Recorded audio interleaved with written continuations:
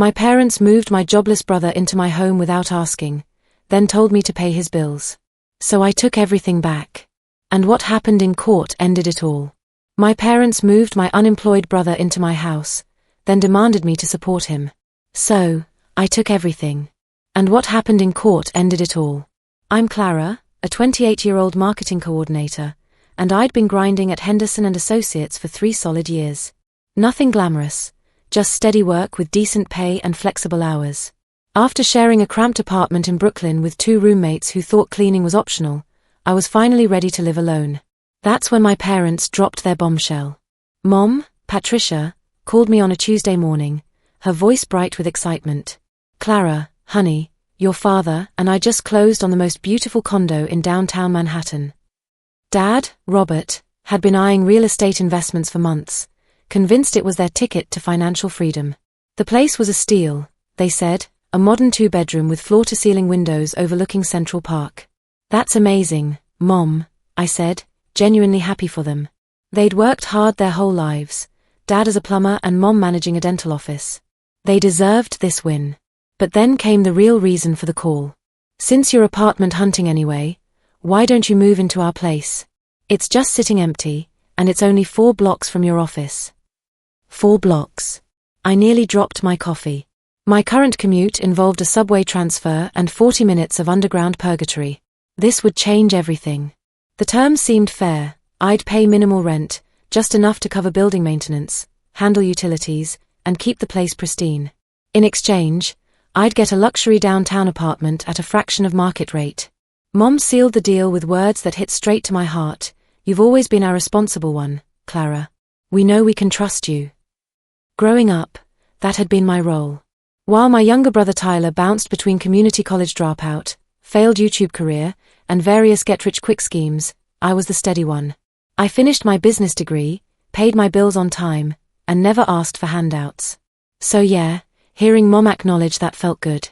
The apartment was completely bare when I moved in, just gleaming hardwood floors and empty rooms echoing with possibility. But the bones were gorgeous, exposed brick walls, a kitchen island that belonged in a magazine, and those incredible windows that flooded everything with natural light. I threw myself into making it home. Every paycheck became a treasure hunt.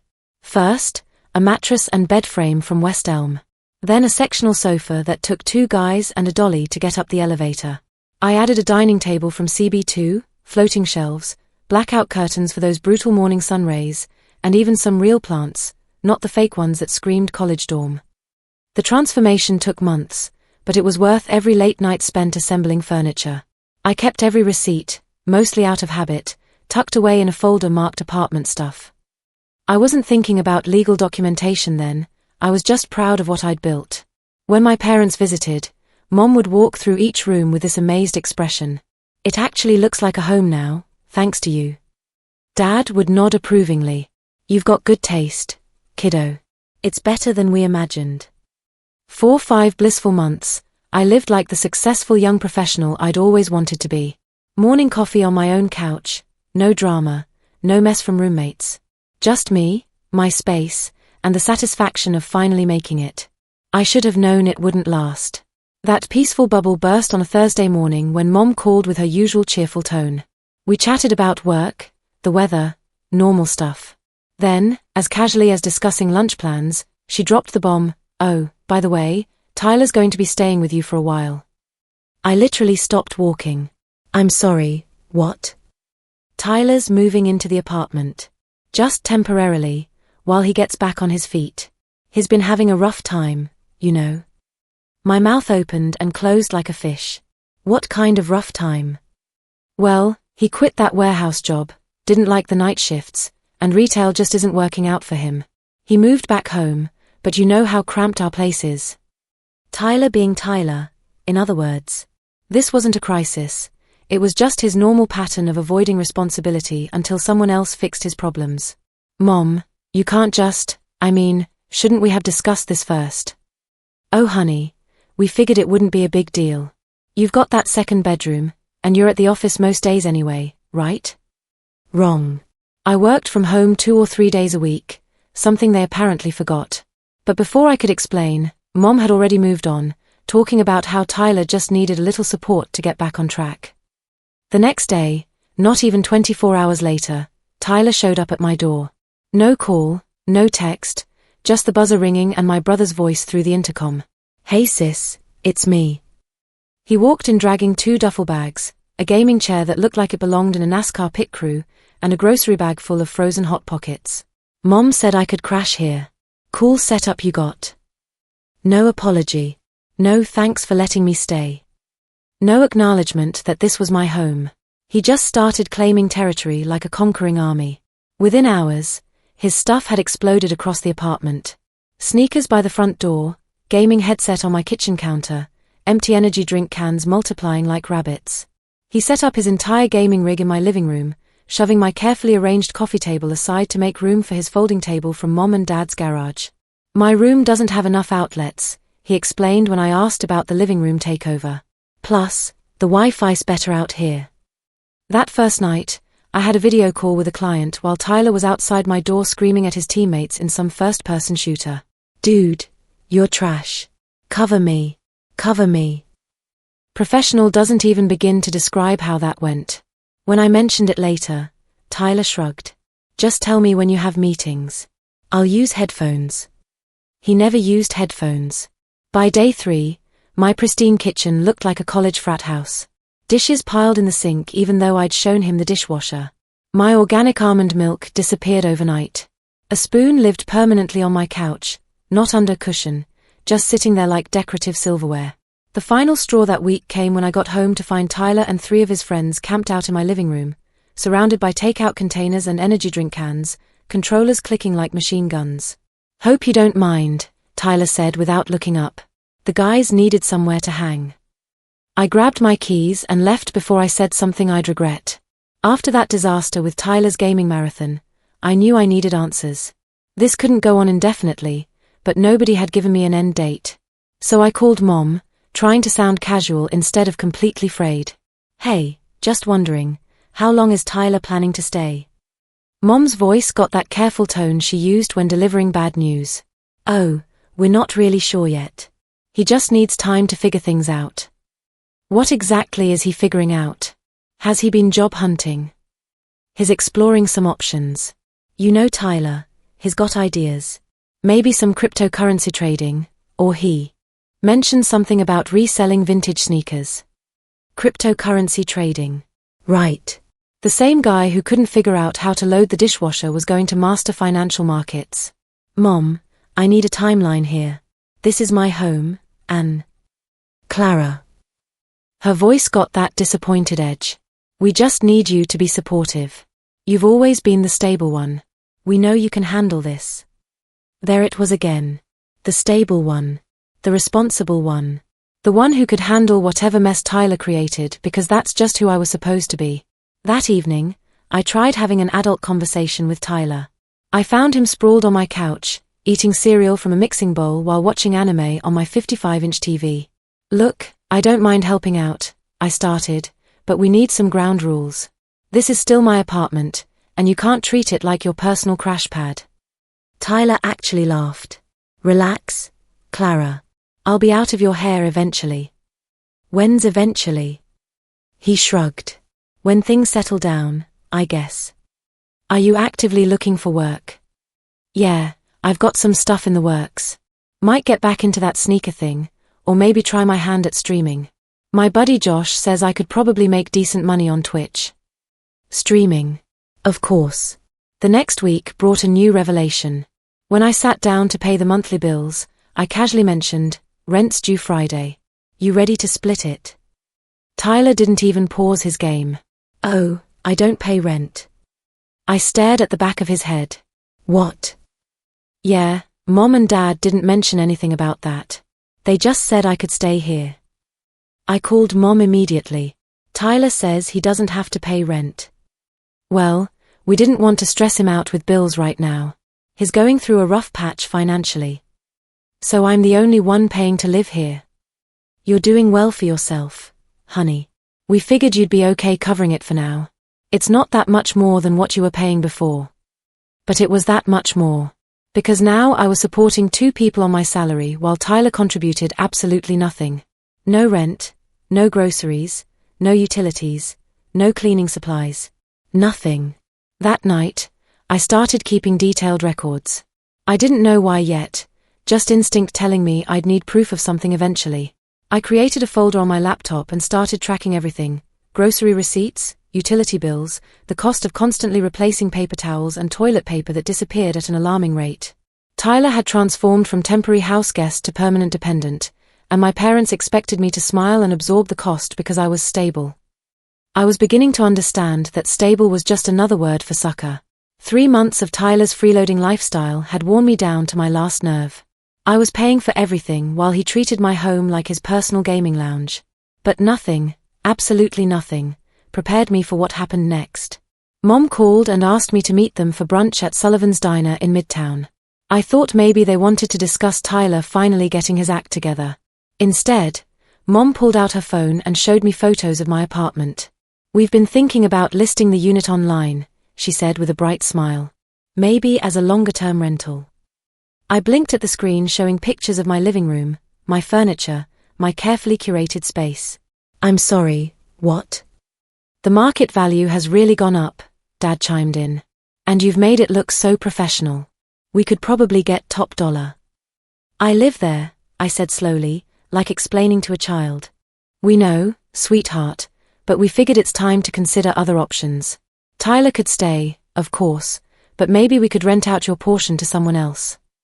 I actually laughed, not because it was funny, but because it was so absurd. "You want to kick me out and let Tyler keep living there for free?" Mom's expression shifted to that fake concerned look she used when she thought I was being dramatic. "Clara, don't make this emotional. We're just being practical." Practical would be Tyler getting a job and paying rent like a normal adult. Dad leaned forward. "Look, if you really want to stay, we can work something out. But the rent would have to reflect the current market rate." "Which is?" "Double what you're paying now." I stared at them across the checkered tablecloth, waiting for the punchline. But they were dead serious. They wanted me to pay twice as much to subsidize Tyler's existence while he contributed nothing. So Tyler still lives there for free, and I pay double rent. "He's not in a position to handle bills right now," Mom said. "We thought you'd understand." "And if I don't agree to this arrangement?" Dad shrugged. "Then you're free to find your own place. No hard feelings." No hard feelings. After I'd spent thousands turning their empty investment into a livable home, after I'd been the reliable tenant they could trust, after months of supporting their jobless son, no hard feelings. I paid my check and left without another word. That night, I sat in my apartment looking at everything with new eyes. The West Elm bed frame I'd saved 3 paychecks to buy. The CB2 dining table where I'd hosted dinners for friends. The plants I'd kept alive through New York winters. The art I'd carefully selected to make these white walls feel like home. None of it was safe anymore. My parents saw my furniture as part of their rental package, something that came with the apartment to make it more attractive to future tenants. They'd made it clear, I was disposable, but my stuff was staying. I opened my laptop and pulled up that folder of receipts I'd been keeping. Every purchase, every delivery confirmation, every proof of ownership I'd accumulated without even realizing it. They wanted to play hardball? Fine. But they were about to learn that the stable one had some moves they'd never seen before. I gave myself exactly 1 week to plan.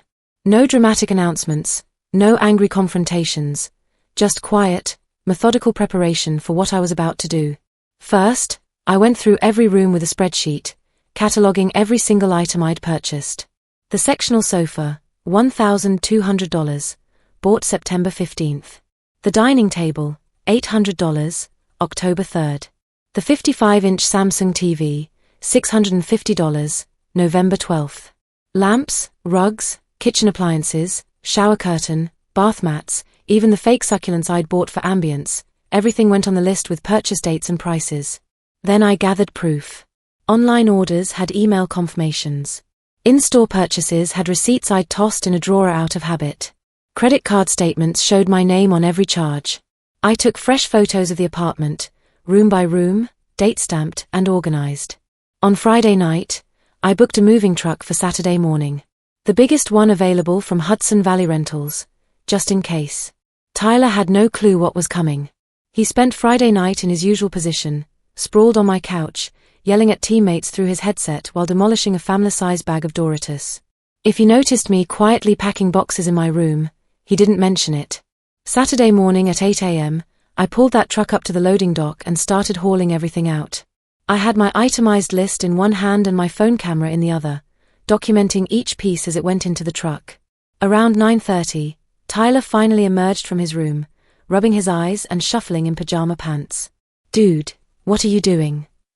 "Moving," I said, rolling up the area rug that had transformed the bare living room. He blinked like he was processing a foreign language. "Moving where?"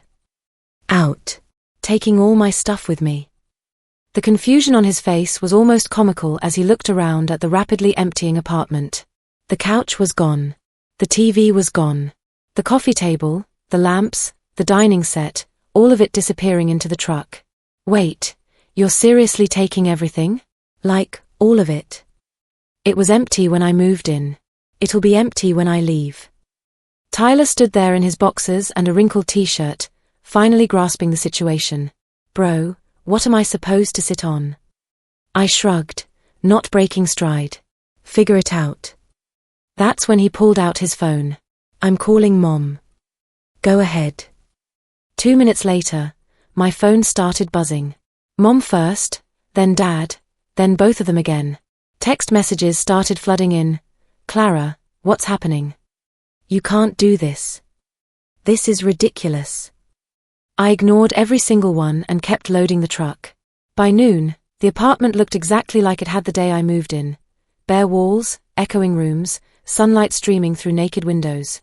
Tyler stood in the middle of the empty living room like a lost tourist, still clutching his phone. "You're really screwing me over," he said as I grabbed my keys. "What am I supposed to do now?"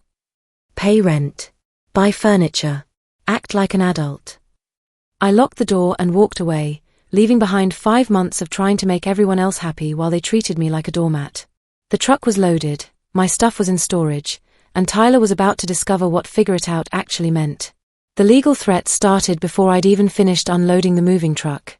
A text from Mom in all caps: "You cannot legally remove fixed items from the unit. This is theft." Theft. They were accusing me of stealing furniture I'd bought, installed, and maintained with my own money. I replied once, "Everything I took was mine. I have receipts, photos, and documentation. If you think you have a case, feel free to pursue it." And pursue it they did. The certified letter arrived 3 days later from Barnes & Associates, attorney at law. They were suing me for $15,000 in stolen property, claiming I had unlawfully stripped the apartment of essential furnishings and compromised its livability for the current tenant. Current tenant.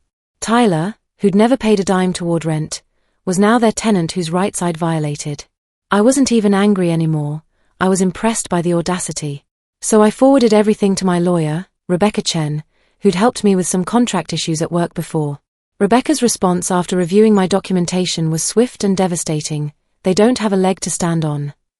She laid out the reality. Yes, they own the apartment, but every single item inside it belonged to me. Paid for with my money, delivered to my name, provable through an extensive paper trail that would make an accountant weep with joy. We didn't just defend, we went on the offense. Rebecca filed a countersuit for court costs, moving expenses, storage fees, and the security deposit on my temporary rental. If they wanted to play games, we'd play to win. The hearing was scheduled for small claims court 3 weeks later.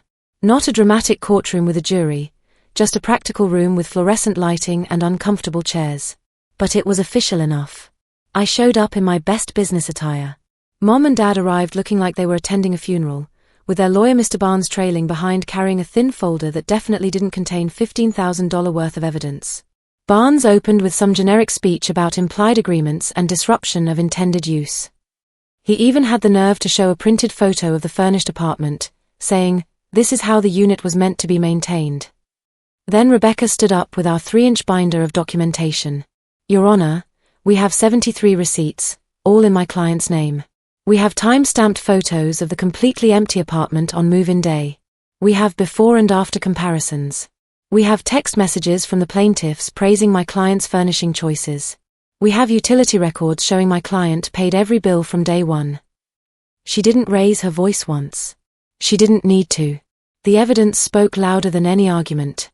The judge flipped through our organized, color-coded, tabbed presentation for maybe 5 minutes before asking Barnes, "Do you have any receipts or proof of purchase for these items?"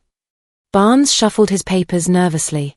"We don't have receipts, but there was an understanding." "Understanding doesn't override documented ownership," the judge interrupted. "Especially not when there's this level of clear, consistent evidence." Mom looked like someone had unplugged her from the wall. Dad stared at the table. The judge continued, "The plaintiffs own the property, but the defendant clearly purchased and owned all furnishings and personal property removed. Case dismissed. Court costs awarded to me, $9,200. The courtroom victory was just the beginning of my parents' reality check. As we walked out, Dad looked like he'd swallowed glass, and Mom couldn't even make eye contact. Their lawyer mumbled something about appeals, but we all knew it was over. 3 hours later, my phone buzzed with a text from Tyler. "Couldn't you have just talked to them instead of destroying the family?" I blocked the number immediately. That evening, Mom called with a shaky voice, still trying to put on that fake sweet tone. "Clara, honey, we don't have $9,000 just lying around. Don't you think this whole thing got a little out of hand?" "I didn't think it needed to get this far either," I replied calmly. "But you made it necessary." "We're family," she protested. "This should have been handled with a conversation, not a lawsuit." "We had conversations," I reminded her. "You told me to pay double rent while Tyler lived there for free. That was your idea of a family conversation." I hung up and blocked their numbers too. Over the next few weeks, the full consequences of their gamble became clear. Through mutual family friends, I learned they couldn't afford to furnish the apartment for new tenants, not after paying my legal fees and court costs. The place sat empty for another month, with Tyler camping out in bare rooms like a homeless person in his own supposed home. According to Aunt Marie, Tyler complained constantly. "This place sucks without furniture," he'd text Mom and Dad daily. "Why didn't anyone tell me adulting was so expensive?" The apartment finally sold after 2 months, but not for the premium price they'd imagined. After realtor fees, taxes, and what they owed me, they barely broke even. Their big real estate investment turned into an expensive lesson about treating people fairly. Tyler moved back in with them, of course. But this time, the entitlement had curdled into resentment. He blamed me for ruining his stability, as if stability meant living rent-free off someone else's hard work forever. He sent me one last message from a new number, paragraphs of rambling about how I could have just been cool about it and how everything was my fault now. I didn't bother responding. He'd told on himself with every word. He'd finally found a setup where someone else handled all the adult responsibilities, and I'd taken that away. Meanwhile, I was thriving. The settlement money, combined with what I'd saved, let me put a down payment on a small condo in Astoria. Nothing fancy, but it was mine. No Tyler, no surprise house guests, no passive-aggressive texts about groceries. I didn't invite anyone to my housewarming party. Just a few close friends, some pizza, and the satisfaction of finally having boundaries that meant something. 6 months later, Dad sent a text. "We made mistakes. You're still our daughter." I read it, considered responding, then deleted it instead. Family isn't a free pass to treat people badly. They'd gambled on me being their stable one forever, someone who'd quietly absorb any amount of unfairness because that was just my role. They were wrong. And now they knew it. Sometimes the most loving thing you can do is let people face the consequences of their choices.